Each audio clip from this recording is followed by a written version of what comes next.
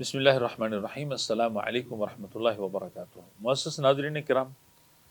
سورۃ ہود کے آغاز میں اللہ رب العزت نے ہمیں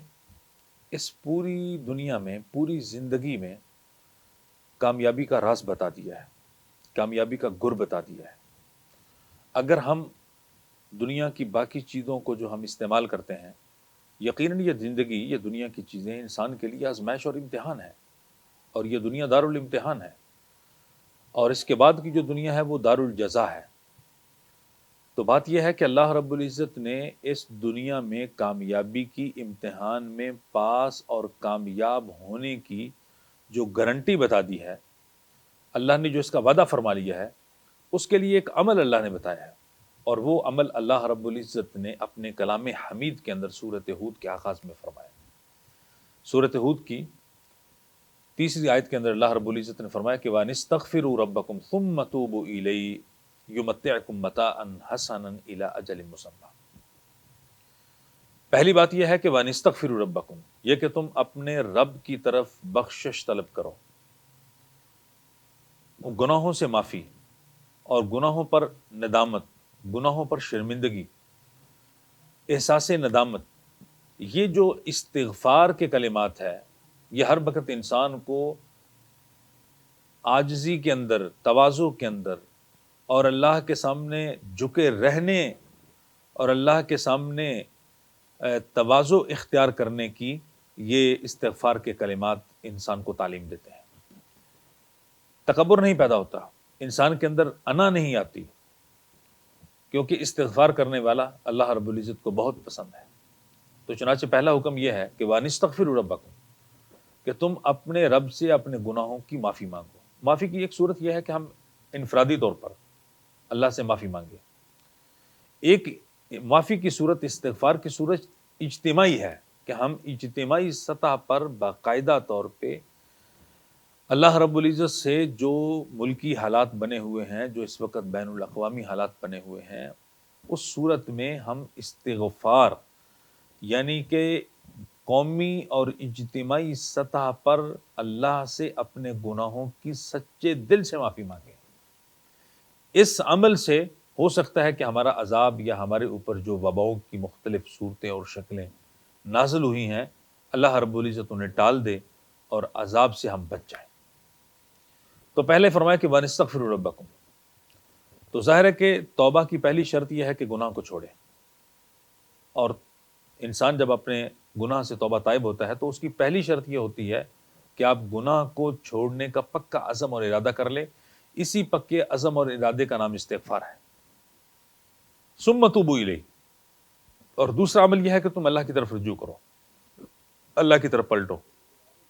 تو اللہ رب العزت اپنے بندے پر اتنا مشفق ہے، اتنا مہربان ہے، اتنا لطف و عنایت کرنے والا۔ آپ دیکھیے کہ حدیث میں آتا ہے کہ رسول اللہ صلی اللہ علیہ وسلم نے فرمایا کہ جب بندہ اللہ کی طرف پلٹتا ہے،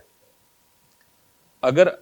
انسان اللہ کی طرف ایک بالشت آتا ہے تو اللہ ایک ہاتھ آتے ہیں، اگر انسان اللہ کی طرف چل کے آتا ہے تو اللہ اپنے بندے کی طرف اتیتک ہرولۃ، دوڑ کے آتا ہے۔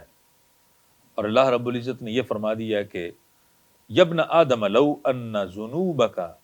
بلغت عنان السماء، کہ آدم کے بیٹے اگر تیرے گناہ زمین و آسمان کے خلا کو بھر دیں، غفرت لک ولا ابالی، اگر تو نے میرے ساتھ شرک نہ کیا ہو تو میں تجھے معاف کر دوں اور مجھے اس کی کوئی پرواہ نہیں ہے۔ تو توبہ یعنی اللہ کی طرف پلٹنا، اور جب انسان اللہ کی طرف پلٹتا ہے تو ظاہر ہے کہ صرف اللہ ہی کا ہو کے رہتا ہے، پھر وہ باقی چیزوں میں اور باقی ڈر، باقی خوف، باقی حزن، باقی پریشانیاں، ان چیزوں سے اللہ رب العزت کی توفیق سے وہ آزاد ہو جاتا ہے، یعنی اس کے اندر حنیفیت آ جاتی ہے، یکسوئی آ جاتی ہے، اللہ کی طرف مکمل طور پہ اللہ کی طرف یکسو ہونا، یہ ہے توبہ کا مفہوم۔ وَانِسْتَغْفِرُوا رَبَّكُمْ ثُمَّ تُوبُوا إِلَيْهِ يُمَتِّعْكُمْ مَتَاعًا حَسَنًا۔ تو یہ دو حکم ہیں۔ اس کے بعد اللہ نے وعدہ کیا فرمایا؟ متاع حسن کا۔ متاع حسن کیا ہے؟ حدیث میں اس کی مثال آپ یوں سمجھیے کہ آپ نے فرمایا کہ الدنیا کلھا متاع، دنیا ساری کی ساری فائدے کی چیز ہے، یہاں انسان کو تھوڑے سے فائدے کے لیے بھیجا گیا ہے، لیکن اس دنیا کے تھوڑے سے فائدے میں سب سے بہترین فائدے کی جو چیز ہے، المرأۃ الصالحہ، نیک بیوی ہے۔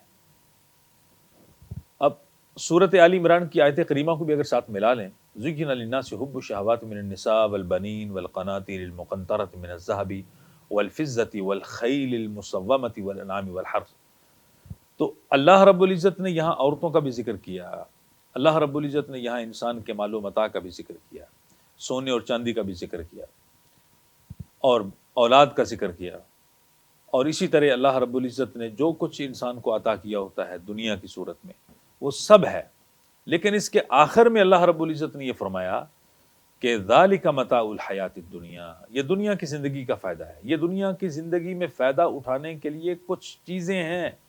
اگر تم ان چیزوں کے فائدے کو متاع حسن بنانا چاہتے ہو، بہتر اور اچھا فائدہ اٹھانا چاہتے ہو، تو اس کے لیے بھی لازمی ہے کہ تم اپنے رب سے توبہ اور استغفار کرو، کیونکہ دنیا کی جتنی باقی چیزیں ہیں وہ انسان کے لیے آزمائش ہے، انسان کے لیے فتنہ ہے، لہٰذا اس فتنے اس آزمائش میں کامیاب وہی ہو سکتا ہے جو اپنے رب سے توبہ اور استغفار کرتا ہے۔ تو اللہ رب العزت سے دعا ہے کہ اللہ ہمیں دنیا جو کہ دارالامتحان ہے اور باقی ساری چیزیں جو اللہ نے اس دنیا میں انسان کو عطا کی ہیں یہ اس کے لیے آزمائش اور فتنہ ہے، اور اس فتنے سے بچنے کے لیے واحد ایک راستہ یہ ہے کہ ہم کثرت کے ساتھ توبہ اور استغفار کو لازم پکڑیں۔ اللہ اس پہ ہمیں عمل کی توفیق دے، اور فتن کی اس دنیا میں اللہ اپنی رحمت کے ساتھ، اپنی کمال مہربانی کے ساتھ، اور اپنی توفیق خاص کے ساتھ، اور اپنی مدد خاص کے ساتھ